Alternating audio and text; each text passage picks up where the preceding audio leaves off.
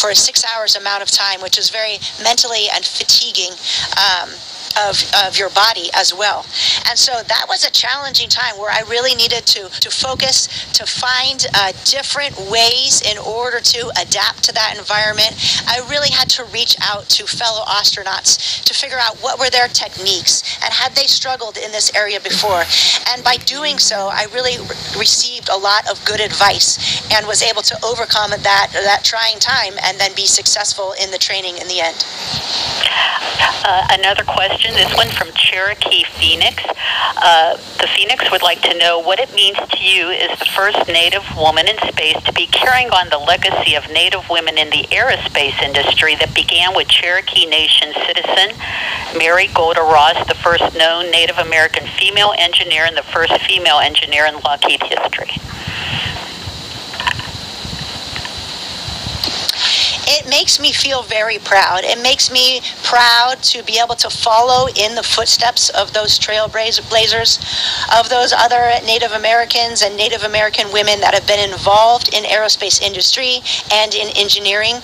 There is a long line of people that broke down barriers throughout the years to create these opportunities, and I feel grateful to be able to participate and represent on board the International Space Station, and I really hope to continue that inspiration to other young children around the world. The Osage News gathered questions from 5th graders at Doposka on Kodapi.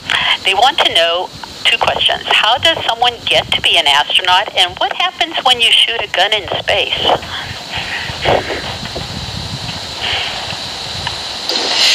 So there's many different ways to become an astronaut. Personally, I am a Marine, and I went the test pilot route. So I flew fighters in the Marine Corps and then became a test pilot. But that's just one of many ways to become an astronaut. We have astronauts that are engineers, doctors, scientists. The one thing that they all have in common is that they were very passionate about their careers before they became an astronaut.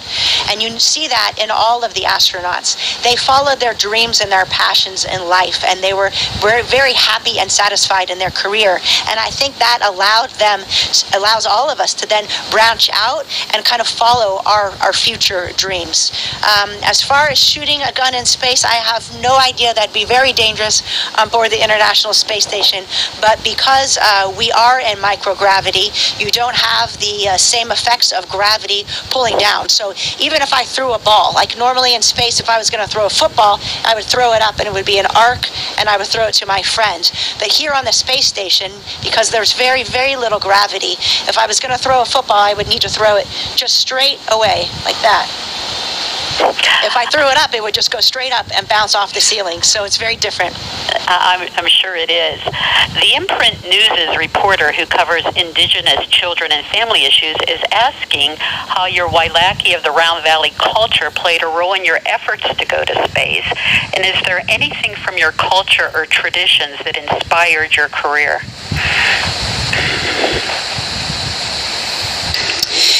The biggest thing that inspired me and helped me in my career to become an astronaut is the importance of family and community. I have a very large extended family that still lives in the Northern California area, Petaluma right above San Francisco, and then another big extension of family that lives up near Covelo Valley. And so it's really important to stay connected and rely on people to help get you through difficult times in life. Certainly my parents and my family were a huge foundation for me in preparing me as a young child to persevere through challenges, to stay focused in school, and also giving me the confidence and inspiring me to achieve my dreams. This is from the Rudaw Media Network. You have served in Iraq and have seen that country where climate change, poverty, desertification, etc. is ravaging people's daily lives. Why should someone in Iraq or other similar economies be excited about spending billions of dollars on space exploration? Yes, that is a very important question. I think the space exploration does a lot for us looking beyond low Earth orbit, but it also does a lot to benefit humans on Earth. I think it's part of our human nature to explore, to investigate, to conduct scientific research. That allows us to expand, to grow, and to learn. Hopefully, that will help us back on Earth and in our struggles with poverty and with the changing world and atmosphere that we live in. The more that we can learn about our planet Earth, the better we can do to take care of her. A sixth grade science teacher who is a United Huma Nation Tribal Council person is wondering when you decided to become an astronaut and if space travel always interested you, even as a child. You know, for me, it was a little bit later on in life that I realized that I wanted to become an astronaut. Certainly as a child, as a little child, I was fascinated with space and the stars, and I really liked adventure and exploration. But I had never really understood what an astronaut did, who became astronauts, what it really took to become an astronaut. Unfortunately, in my mind at that time, it was not in the realm of possibilities. Fortunately, though, later on in my career, as I started to do some research to see what other options there were for me in my career, I looked at becoming an astronaut and realized that those opportunities were available, and that's when I really set my sights on becoming an astronaut and flying to space. And Native News Online notes that students from the Round Valley Indian Tribe's Head Start on your reservation watched the launch on a big screen. What message can you pass on to them? And that'll probably be my last question before I sign off. I would like to tell them that I appreciate all of their good messages that they are sending me. I appreciate all of their good energy. Please know that I carry your hopes and your dreams with me to the International Space Station. And I hope for you that you will be able to achieve your dreams, and I pass along the energy for you to persevere in your childhood, to do everything that you aspire to do in life.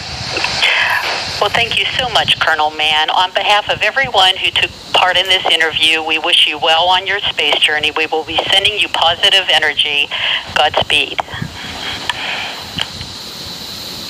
Thank you, Marcia. Station, this is Houston ACR. That concludes the event.